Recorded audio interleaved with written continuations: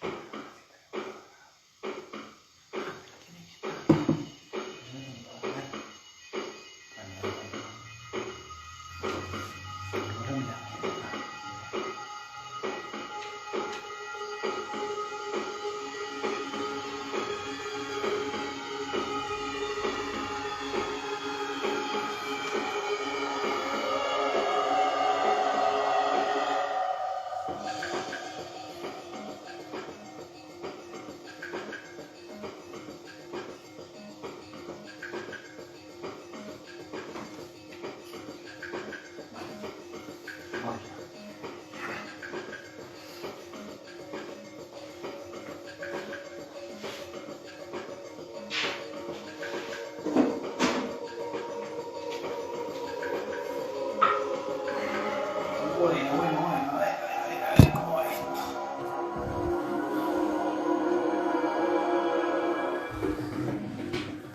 Genial, hola a todos los que anden por ahí.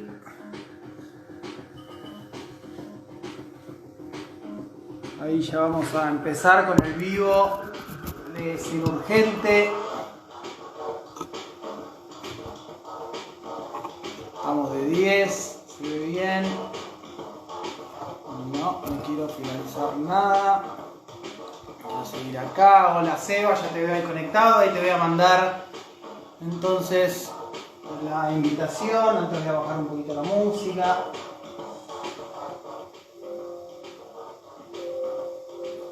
Bueno, comentarles que este es el primer vivo que hacemos de Sin Urgente. Y personalmente también. Ni siquiera con amigues he dicho esta situación. Ahí vamos a invitar a Seba a la charla.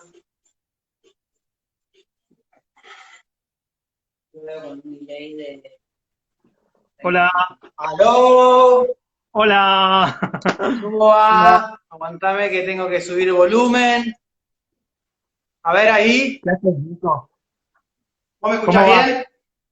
Yo te escucho bárbaro, ¿vos me escuchás? Sí, perfecto. Pero voy a tener que bajar más la música porque la tengo acá atrás y me está hinchando un poco. Bueno. Hola a todas, hola a todos los que están ahí. Te Me escucho, parecía te que escucho. quedaba la música de fondo. Sí, música siempre, pero bueno, viste que en estos medios se complica un poco. Totalmente, totalmente. Bueno, un segundito. Hola gente, Bueno, ¿cómo ahora andan? sí, ahí estamos. Va llegando la gente. Esto es como dar sala, ¿no? Pareciese que uno da sala, esperamos un ratito. Una cosa así, bueno, qué bueno, como para no extrañar tanto eso, digamos. O alguna cosa que nos haga así un recuerdo emotivo de tanta actividad que tuvimos en el año pasado. Así es. Che, Seba. Bueno, Dime, arrancamos, ¿te parece?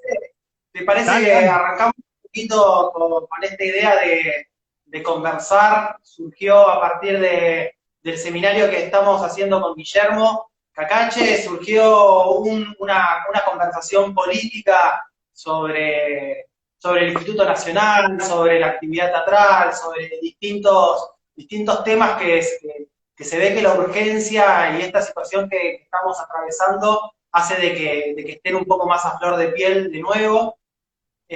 Surgió esta conversación y a partir de ahí, nosotros con Anita, dijimos, bueno, pará, démosle a esto un marco, generemos la excusa para charlar con otros compañeros. Y bueno, y te escribimos, surgió, te copaste, como siempre ahí, a darle forma a esta situación. Y bueno, agradecerte en primer término esta charla que vamos a tener acá entre nosotros y entre quienes se quieran ir sumando con los comentarios y lo que vaya surgiendo en este vivo de Instagram. Por Bueno, otro lado, sí, decime. no, ya quería empezar a hablar, pero no sé si querías decir algo más.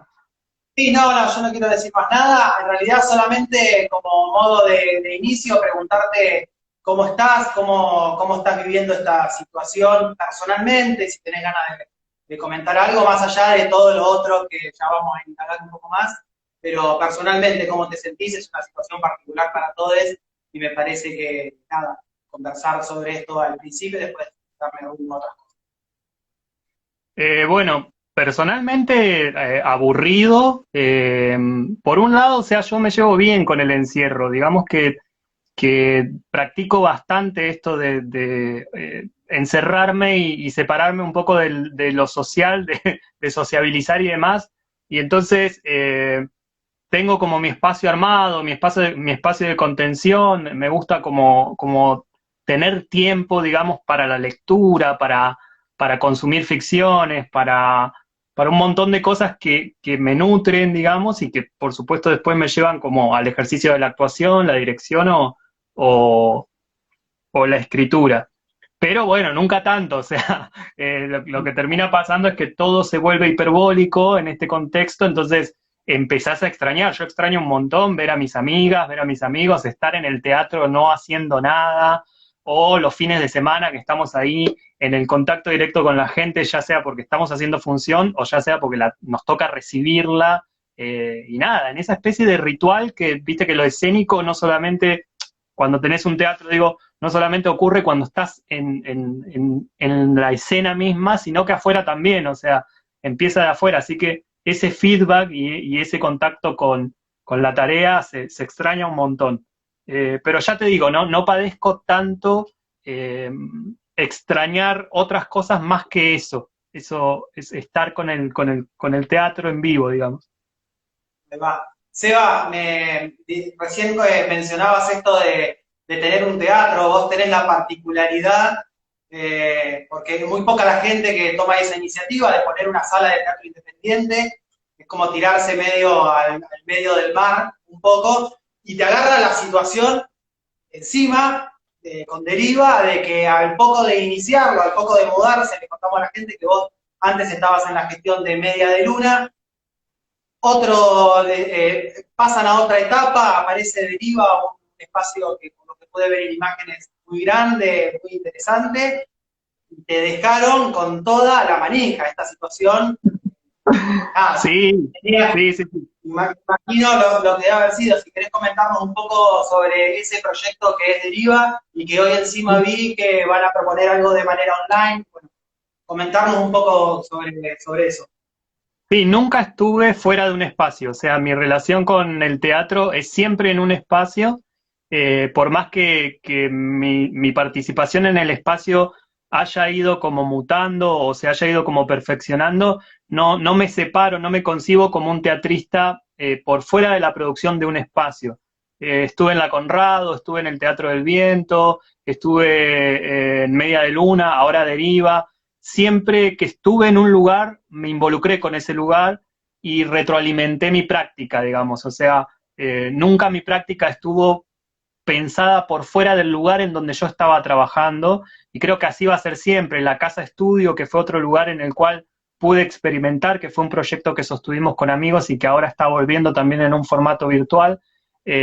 Siempre trabajé en función de los lugares y por supuesto, como vos decís, ahora estábamos con Deriva, con un espacio que es increíble, que está buenísimo y que, nada, o sea, nos cortó ahí absolutamente todo lo que teníamos proyectado. Apenas se alcanzaron a hacer 2 funciones de lo que estaba abriendo la temporada y tuvimos que cerrar. Así que bueno, sí, la idea ahora es ver de qué manera recién hoy pudimos como empezar a pensar cuál va a ser la alternativa online de la existencia de Deriva hasta que podamos volver a estar en ella. Estar en la presencia, ni hablar. En la- Seba, un poco esto de Deriva, me imagino que, nada, que bueno, esta situación de la pandemia, además de la manija en el hacer, habrá causado miles de problemas que tienen que ver con el sostenimiento de salas, con el sostenimiento del trabajo de otros colegas tuyo desde la docencia, Sí, un poco cómo atravesó al equipo de Deriva y después te hago extensiva la pregunta a la comunidad neuquina, cómo atravesó un poco esta pandemia, la situación laboral y de las salas en particular de cada una de ustedes. Bueno, acá quiero hacer una separación y ponerme polémico, como siempre. Lo cierto es que en Deriva, Vero Martínez, que es mi compañera junto con otras compañeras más, se echó encima la pelea y salió a golpear las puertas que hay que golpear y golpear las personas que hay que golpear para que, por ejemplo, el Estado pusiese dinero para poder solventar el alquiler. Una pelea con el Estado que la verdad, yo te soy sincera, la hemos tenido siempre. O sea, acá lo que está pasando en realidad es que cierto sistema teatral un poco más acostumbrado a no mirar el vaciamiento que hay por parte del Estado hacia la cultura en todos sus aspectos, recibe el impacto con mayor fuerza. Entonces le parece que es la primera vez que el Estado abandona la actividad cultural. En realidad el Estado no ha estado nunca presente en la actividad cultural, y sobre todo en Neuquén. O sea, voy a hablar desde mi experiencia. Han sido contadas las veces, y si no, no han sido las veces que hemos podido contar con ayuda real del Estado, o que nuestra actividad ha estado relacionada, imbrincada de manera concreta con el Estado. La verdad es que siempre fuimos marginales. Y eso no quita que haya como un shock en este momento de la actividad. Acá en Neuquén se armó una asamblea de teatristas donde vuelan discusiones, Nico, no te miento, que son del siglo pasado y que son actuales también. O sea, se mezcla un poco todo porque, claro, en esta emergencia, cuando aparece el imponderable, saltan absolutamente todas las miserias. Pero por ahí nos olvidamos un poco que en realidad nuestro trabajo ha sido a pulmón, autogestivo y marginal siempre. Y yo en ese sentido me gusta, y lo digo también un poco de modo provocador, el teatro está pasando por un gran momento, no los teatristas se están cagando de hambre, o sea, la estamos pasando mal, pero el teatro siempre se pone contento de que lo dejemos un rato en paz, al lenguaje, me refiero al lenguaje. El lenguaje, Sí, sí. había mucho microteatro, ¿viste? No sé qué estaba pasando. Habían muchos sistemas teatrales que estaban creídos de que el teatro estaba muy bien, de que no sé qué, y no. En realidad, en sus expresiones más marginales, el teatro nunca estuvo bien y siempre se las arregló para estar, que eso es lo maravilloso. Por eso yo tengo, pese a todo, una visión bastante optimista sobre lo que va a pasar después. Yo creo que el después de la pandemia va a ser un resurgir de la marginalidad del teatro y de que los canales marginales se fortalecieron y de que se están fortaleciendo y de que este cachetazo que se le está dando a todos los sistemas de producción va a servir para darnos cuenta, para reafirmar el terreno en el cual al teatro le toca estar en este tiempo. No sé si se explica un poco lo que digo. Sí, sí, totalmente. Vos sabés que el otro día, con respecto a esto de dejar descansar un poco al teatro, al lenguaje, hablábamos de esto de que empezó a surgir el teatro online, incluso llamado como teatro online, de ese modo. Y Matías Feldman lo mencionaba en un vivo que hizo también, que era muy interesante, que decía algo así como que nos apuramos mucho a encontrarle cómo se adapta el teatro a esta situación, en vez de dejarlo descansar y preocuparnos, sí, quizás por otras cosas importantes que también hacen al teatro, pero no a la práctica en sí, al esencial del teatro, que tiene que ver con el vivo, y no con un vivo de Instagram, sino con un vivo de cuerpo presente. Me parece que dejarlo descansar, dejar descansar la práctica en ese sentido, ojalá que, como vos decís, sirva para que dispare después hacia lugares más novedosos, no sé. La práctica nos lo va a agradecer, yo creo, porque vamos a tener que salir sí o sí a pensar el mundo. Todo el mundo está consumiendo filosofía, todo el mundo está leyendo lo que piensa todo el mundo, está viendo los vivos de todo el mundo. Digo, por primera vez lo que está pasando es que hay una especie de alerta que antes estaba como media adormecida y daba lo mismo hacer cualquier cosa. Lo digo en el doble sentido, lo digo para la gente también que es muy laburanta del teatro, gente, porque yo tengo amigos que realmente la están pasando muy mal, que es muy laburanta del teatro, de que estaba segura con ese laburo y bueno, ahora va a tener que tomar muchas más precauciones, inclusive la gente más marginal va a tener que tomar muchas más precauciones de las que habían. Pero la marginalidad en el teatro nos ha enseñado muchísimo y se va a reforzar, eso no se va a perder, no se va a ver afectada. A nosotras tener 15, 30 o 100 personas en el teatro no nos movía la aguja, todo lo contrario, siempre nos entusiasmaba a seguir produciendo de manera abismal. Vamos a tener que ver de qué manera redistribuimos los dineros, nos aseguramos más el mango, sobre todo las personas que solo viven del teatro se aseguran más el mango a fin de mes, pero el lenguaje se ve más afectado o el sistema teatral que más afectado se ve es aquel que estaba muy cómodo y creyendo que el teatro era o tenía un lugar primordial en el consumo, en el Estado y demás. De hecho, la otra vez leí algo que escribió Spregelburg, que a mí Spregelburg me gusta, y él estaba así como azorado porque decía en su escrito, la gente de repente está consumiendo muchas más ficciones, como si las ficciones se referían a Netflix. Como si eso Sí, hubiese empezado a pasar con la pandemia. Y en realidad eso pasa hace mucho tiempo que nos estamos peleando con los nuevos modos de narrar ficción. Por lo menos yo, digo, desde la marginalidad, eso lo sabemos, no es que está pasando ahora el hiperconsumo de imagen. Eso viene de hace tiempo. Competir contra un meme, contra Instagram, contra Netflix, tiene que ser una preocupación que ya teníamos que tener hace mucho tiempo, no ahora. Ahora lo que está pasando es que todo el mundo está despertando y se está dando cuenta de eso. sí, totalmente. Y me parece que se están tomando, que creo que es lo novedoso de este momento en relación a nuestro hacer y a nuestra manera de comunicarnos, es una real importancia de las redes sociales para comunicarnos, para generar estos vínculos, para democratizar la palabra. De repente todos hacemos un vivo y está bien y no tenemos que ser ni famosas, ni no sé qué, ni nada, sino que democratizamos la palabra y me parece que utilizar estas herramientas de comunicación en ese sentido es algo que esta crisis está un poco habilitando, me parece, a que hagamos este tipo de cosas, sino todo lo otro que recién decíamos. Seba, ahí estabas hablando de esto de la marginalidad del teatro y hoy o ayer, no me acuerdo, vi un posteo tuyo que lo volviste a hacer ahora, lo recuperaste, era del 2018, me parece que hay algo de esto de nuestra conversación que está ahí flotando en conceptos, qué sé yo, y lo anoté porque me parecía interesante traerlo acá a la discusión porque me parecía que abre algunas líneas de debate que están buenas. Decías que la intervención del Estado a través del Instituto Nacional del Teatro no hizo más que debilitar la tarea y despotenciar la práctica, y le quitó a las salas la posibilidad de reivindicarse marginales. Era lo que estaba diciendo.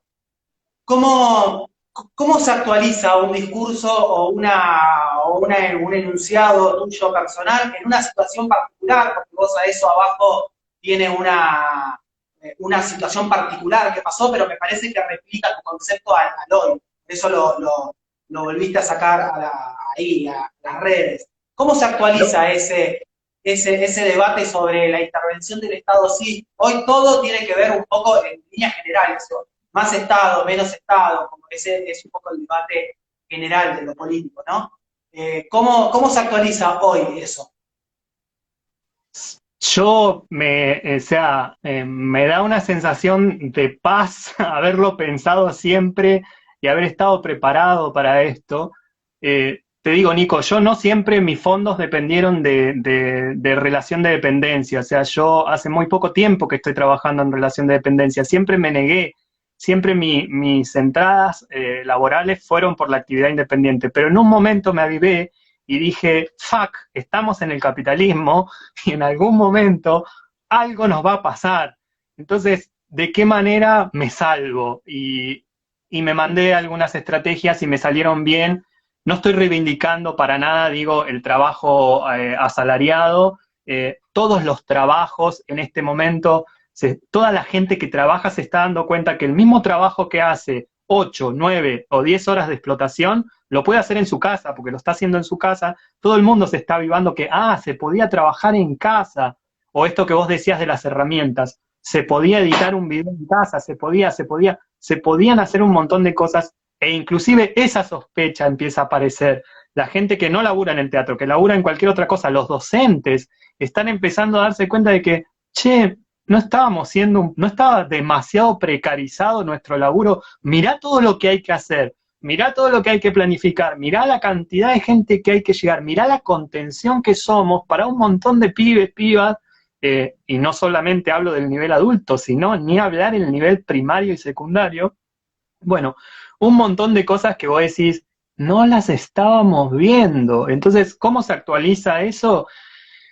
Yo lo actualizo de la siguiente manera, yendo a buscar lo que antes pensaba para decir, claro, si esto pasó siempre, si esto siempre fue así, el INT no alcanza a cubrir con el plan Podestá y aparte con la burocracia que implica recibir algo del INT, no alcanza a llegar a los artistas que realmente la están pasando mal.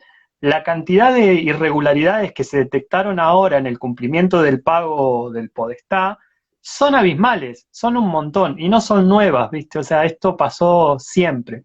Por lo menos en Neuquén, a mí me gusta siempre como hablar de Neuquén, porque Neuquén es un foco raro en ese sentido, especial, en el cual nos han pasado muchas cosas en relación con el Estado, y tenemos un Estado muy hostil. El MPN es muy hostil y ha sido siempre hostil.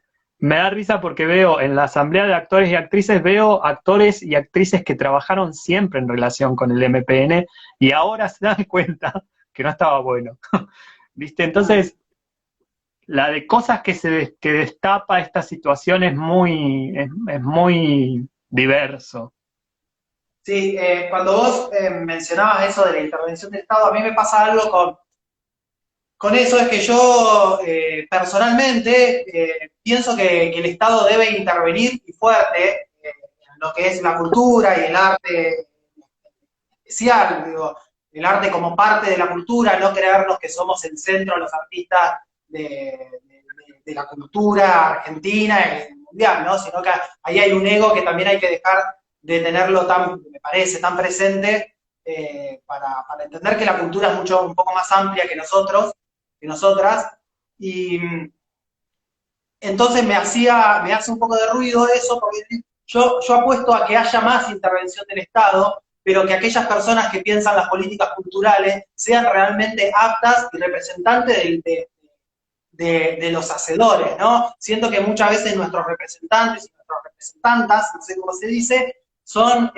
ajenos a nuestra práctica, son otra cosa, piensan desde una lógica, ni siquiera una lógica de mercado, ni siquiera, no tienen, quizás desde ningún tipo de lógica lo piensan, y son empleados públicos sin ningún tipo de herramientas para desarrollar políticas creativas, culturales. Entonces a mí me hacía ruido en el sentido de, yo lo que quiero es mayores políticas culturales que el Estado y que haya un Estado presente, pero un Estado que me represente en mis necesidades, no un Estado que, como vos decías en ese posteo, que me parece que está bueno, controla, contiene, no permite el crecimiento, te asfixia, te da limosna. El Estado siempre hace eso. Yo acuerdo con vos, Nico, yo también creo que el aparato estatal debe funcionar porque es el sistema, o sea, no hay otra opción al capitalismo, no hay ninguna. Lo que sí creo es que nada queda sin corromper dentro del Estado. Todos nuestros funcionarios ahora vienen del campo del teatro, todos los que están ahora en cultura provincial y demás, vienen del campo, eran compañeros, o sea, tenían una sala, la administraban, o sea, vienen de ahí. Se corrompieron. ¿Cómo no corromperte si es el capitalismo? O sea, el capitalismo de alguna manera es difícil que no termine como seduciendo algo que es netamente humano, corromper. Entonces, yo acuerdo con vos, creo que hay que usufructuar el Estado, creo que hay que aprovechar esos espacios, expropiarlos, tenerlos, administrarlos bien, porque hay experiencias, yo no niego que hayan experiencias del Instituto Nacional del Teatro, con representantes que han laburado muy bien y demás. Yo no niego que existan esas experiencias, lo que sí creo es que no podemos perder de vista el sistema en el que vivimos y que tenemos que tener una opción B, o por lo menos coquetear. Digo, para poder ser más felices, porque si seguimos creyendo que la única opción es el Estado, nos va a pasar lo que nos pasa en esta pandemia. El cachetazo va a llegar y es muy fuerte el impacto. Entonces, por supuesto, esto es un ideal que de ninguna manera intenta hacer un llamado a algo. Sí creo que nos tiene que servir toda esta experiencia para poder pensar las dos opciones y de qué manera fortalecemos algo del orden de lo micropolítico, que de eso ya Foucault nos previó bastante. Foucault, con un nivel de anticipación a todo esto, nos habló hace mucho tiempo de la micropolítica, de lo que implican las comunidades pequeñas, los pequeños movimientos de subjetividad, algo que el teatro hace siempre. Y por otro lado, la macropolítica, o sea, sí, seguir peleando por los lugares, seguir peleando por la mejor representatividad, pero sin descuidar lo micropolítico. Poder vivir como en esa esquizofrenia de las dos cosas, ¿cachai? Sí, sí, totalmente. Y me surge, como todo el tiempo, preguntarme de qué manera accedemos a esos lugares, ¿no? No sé si accedemos a la función pública, si es necesario, sí, digo, que haya compañeros preparados y compañeras preparadas para ejercerla si tienen ganas, pero de qué manera, como comunidad de hacedores, de trabajadores, a veces me cuesta un poco nombrarnos como artistas, por el solo hecho de que siento de que a partir de la utilización de la palabra artista, nuestros valores, nuestras necesidades como trabajadores y trabajadoras están un poco desplazadas. Son artistas, hay un amor al arte ahí en su hacer. Y no, yo me siento un trabajador y me encantaría no tener que depender de trabajos de otra cosa en blanco y con todas las cosas, porque no hay manera de que nosotros podamos exigir que nuestros trabajos estén en blanco y estar representados por tener una obra social, una jubilación y todas las cosas que hay que hacer para vivir contenido, en este sistema, ¿no? Si me enfermo necesito plata, si quiero comer necesito plata, ciertas cosas que nos exige el sistema. ¿Cómo hacemos para que nuestra fuerza de trabajo sea de una vez por todas escuchada y que si hay alguien que ejerce mal su trabajo desde la función pública, nosotros podamos, como fuerza de trabajo, a generar una fuerza opositora a eso? Me parece que nunca lo logramos. Hay un sindicato de actores que representa solamente a los actores porteños de televisión y no llega, creo que el último eslabón del sindicato es en Bahía Blanca.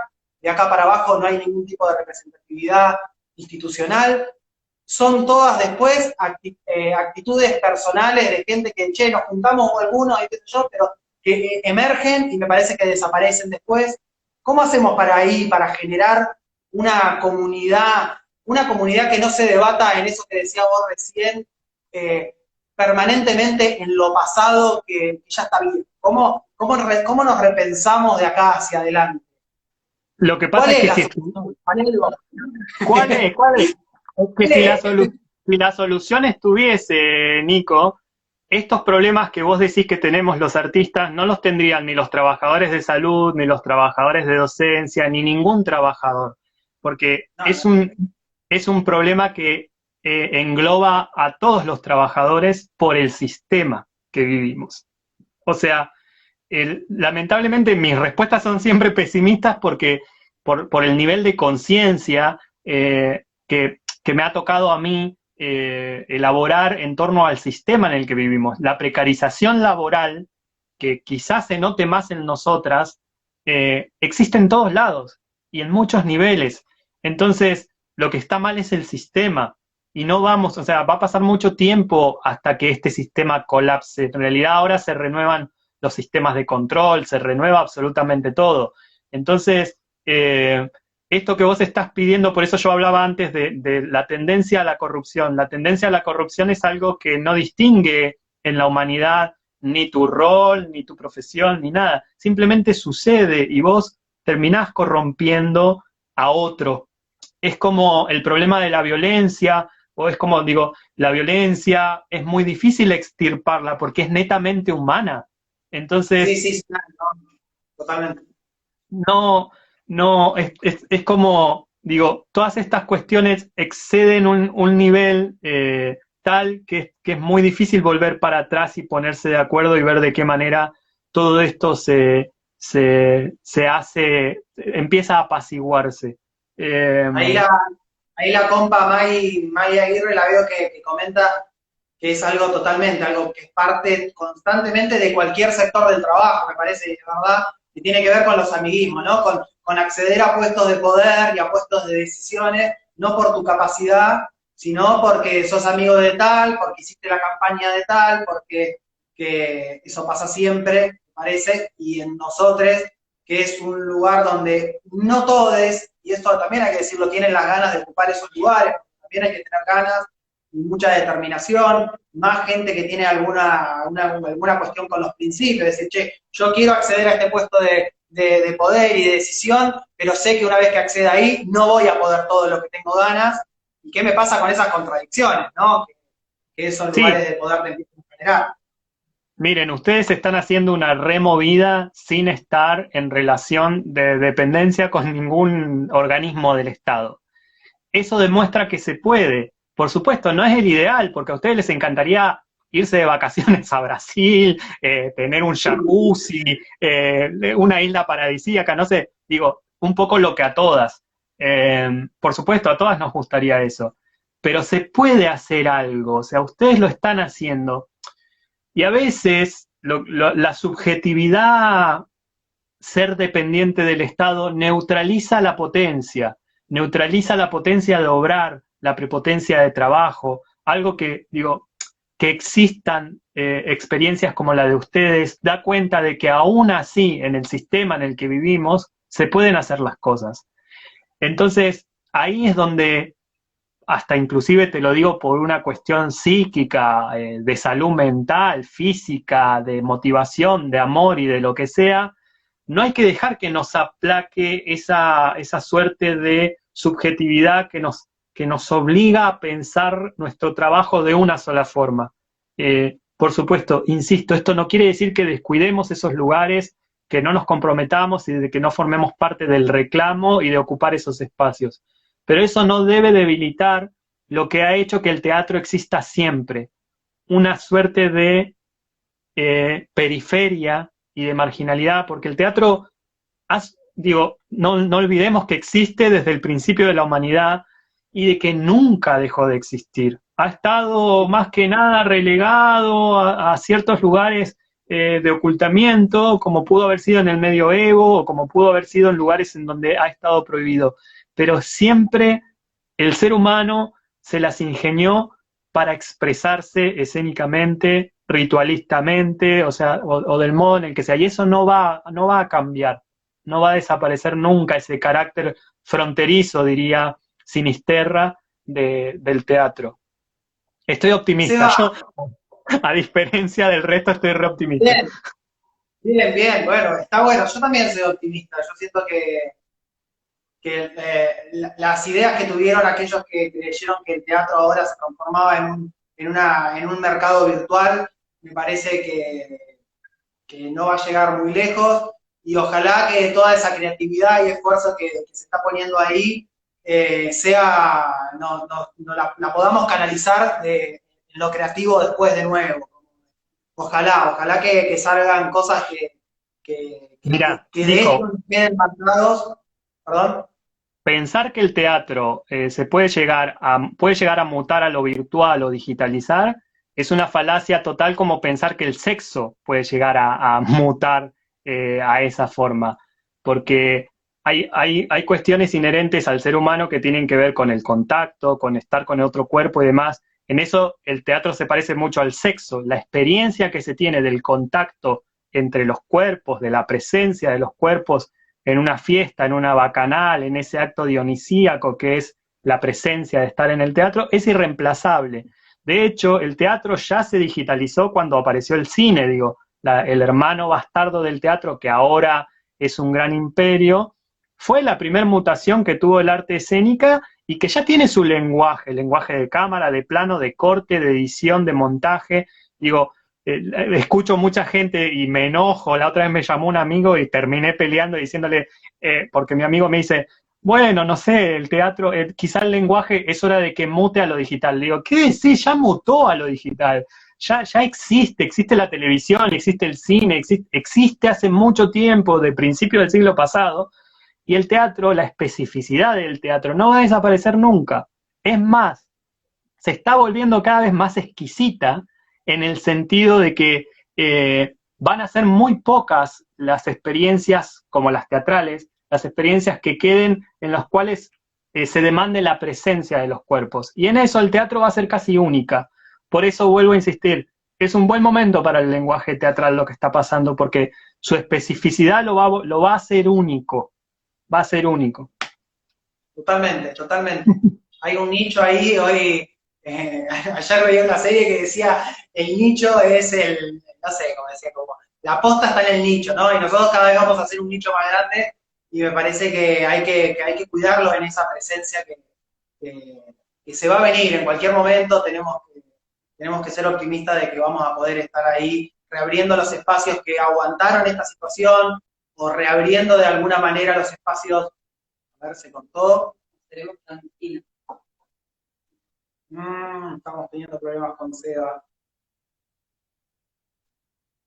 ¿Yo sigo acá o no sigo acá? Yo sigo, ahí estamos. ¿Volviste, Seba? ¿Seguís ahí? Bueno.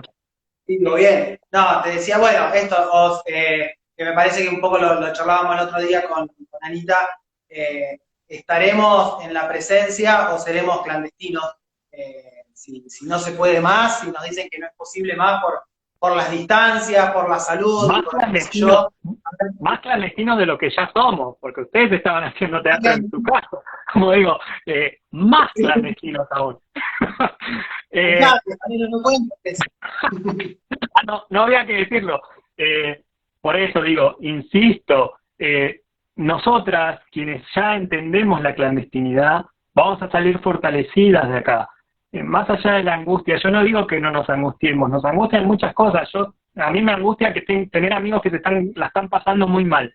Pero la clandestinidad que nosotras venimos practicando hace tiempo, y sobre todo en las provincias, cuando uno escucha a los teatristas de Buenos Aires, los escucha muy preocupados porque, claro, Buenos Aires estaba produciendo en un nivel de producción, y para un tipo de espectador que no lo podían creer. O sea, estaba yendo la señora que se ve todas las series de Netflix, también estaba yendo, era cool ir al Cervantes, ir al Sarmiento, ir a ver el off en el off oficial.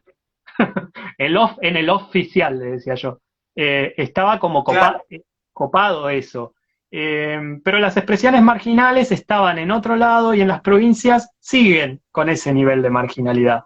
Entonces, a mí no me preocupa. O sea, iremos a tener que acatar protocolos de la distancia de la gente y demás, pero en cuanto nos digan pónganse un barbijo para hacer una obra, nos lo vamos a sacar. Eso va a pasar. Y en cuanto nos digan se tienen que hacer realismo separadas a 1 metro de distancia, vamos a ir y nos vamos a tirar una encima de la otra a propósito, porque siempre los actores tuvimos como ese grado de transgresión. No sé si los de microteatro, sí.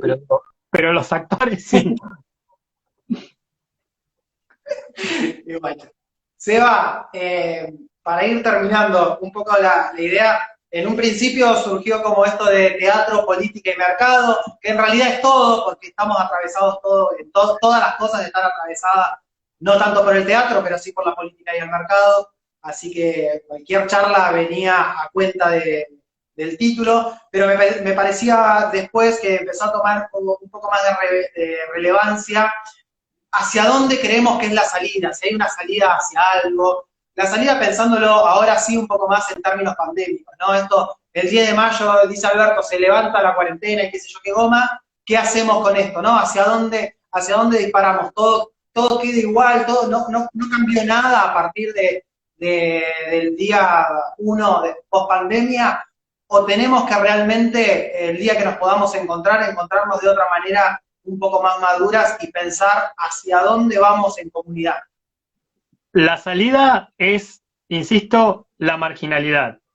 Si nos cae un protocolo que hay que cumplir, le decimos que sí. Sí, sí, bueno, barbijo, hay que usar barbijo, sí. Espera, como Argentores, viste que uno a Argentores le dice que sí a todo, le dice que no robó nada de ninguna otra obra y va y la registra. No van nunca a una función. Argentores no tienen ni idea qué hacemos porque no se quedan. O a los diarios, viste que uno les miente y les dice, sí, sí. Entonces, le decimos que sí a todo y después hacemos lo de siempre, transgredir. Nos sacamos el barbijo, nos ponemos en pelota, nos tiramos todos arriba de los otros y de las otras, desobedecemos. La salida, insisto, en este mundo sigue siendo la desobediencia, la disidencia en ese sentido, una disidencia más del cuerpo, más del acto, no tanto de la palabra, porque hay mucha disidencia verbal, pero muy poca disidencia práctica. Y para mí la salida es esa, insisto, el fortalecimiento de lo marginal y el fortalecimiento de las desobediencias y de la disidencia. Si llegan protocolos, les decimos que sí. Le decimos que sí, que vamos a recibir a 10 personas, metemos 20, como hemos hecho siempre. Y, exacto. Y lo mismo con la gente que haga teatro, porque, insisto, la gente de microteatro va a estar preocupada, va a decir, esas personas... Bueno, ya he visto algunos que hacen adentro de un auto, así que... Bueno, pero por eso, o sea, ellos van a hacer teatro web porque les da lo mismo hacer cualquier cosa y cualquier cosa que hagan van a pensar que es teatro. Los que estamos pensando el lenguaje, la tenemos más clara.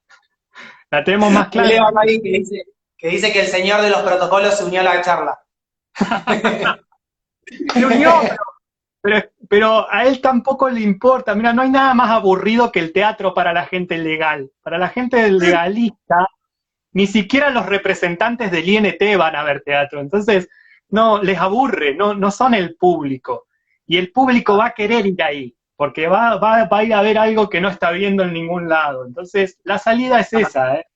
Es esa. Me parece que...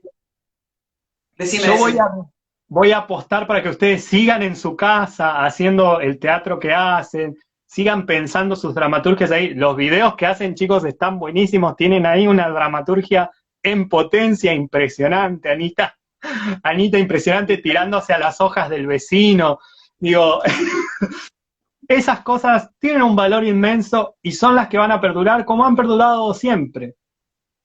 Ahí va. Seba, bueno, agradecerte, me parece que está buenísimo terminar con esta energía bien arriba. Para nosotros es la primera experiencia de estos vivos, yo me recontra divertí, estuvo bueno. Creo que un poco la idea que nos proponíamos era esto, poder conversar, abrir a recibir un poco de otras voces en este encierro que uno tiene tanto, y fundamentalmente charlar con colegas que la pasan de la misma manera que nosotros, con algunas diferencias, pero sí nos sentimos colegas, y me parece que está bueno tener estos espacios de conversación. Vayamos a buscar esa salida de la desobediencia, de encontrarnos y transgredir los futuros protocolos que nos van a imponer fundamentalmente para que desaparezcamos, me parece que van a aparecer, así que me parece que está bueno ser precavidos y tratar de eso sí, me parece a futuro, por lo menos esta es la reflexión que yo que voy haciendo, es cómo nos seguimos fortaleciendo como comunidad, cómo construimos una alternativa al Estado, por más que eso no quiere decir que no trabajemos con el Estado en los momentos que sea necesario o que sea oportuno o que sea lo que sea, pero sí cómo generamos una alternativa autogestiva de los espacios, de los grupos, de las producciones independientes. Me parece que autogestivo en comunidad, para mí ese es un poco el camino de la salida, y ahora le sumo la transgresión. Sí, sí, totalmente. Que insisto, en algún punto la marginalidad ya tiene desarrollado sus sistemas de cooperativismo, sus sistemas de solidaridad, sus sistemas de ayuda. Cuando a vos te falta algo en tu casa, vos se lo pedís a alguien y lo sacan del living de su casa y te lo pasan. Si necesitas de repente la guita para pagarle no sé a quién, te la prestan. O sea, hay muchos de esos canales en los circuitos marginales están aceitados, no así en otros sistemas de producción. Por eso insisto, la marginalidad y la desobediencia. Ese es el camino. Vamos arriba, compañero. Que ande bien. Saludos. ¿Con quién pasas tu cuarentena, Sole? No, yo vivo, después de que me separé el año pasado, volví a mi casa familiar, digamos, donde yo tengo esto, que es mi búnker, y después adelante está la casa de mi vieja con mi hermana y mi hermano. Así que estoy en familia, tenemos un patio ahí para tirarnos arriba de las hojas como Anita, así que y un gato. Y un gato. Bien ahí. Bueno, Seba, te mando un abrazo grande. Ya estaremos en contacto para otra oportunidad y cuando salgamos ya te pedimos la sala. Así que ahí vamos a estar para estrenar. Cuando quieran. Sepan que vamos a desobedecer los protocolos. Ahí vamos a estar. Abrazo grande y gracias a todos los compañeros que se sumaron a este vivo. El lunes vamos a hacer un vivo, lo vamos a anunciar ahora, la vamos a picar. Vamos a hablar con el director del Instituto Nacional de Teatro. Así que a estar atentos y a generar contenido ahí abajo, me parece que es interesante que se copó a hacer un vivo con nosotros, así que lo vamos ahí a estar atentos de lo que va a decir. De Fanelo al director ejecutivo del INT, qué bueno. Sí, está bueno, los asesores ahí, al toque. Vamos a estar ahí abajo escribiendo. Abrazo grande, Seba. Abrazo, gracias. Vamos.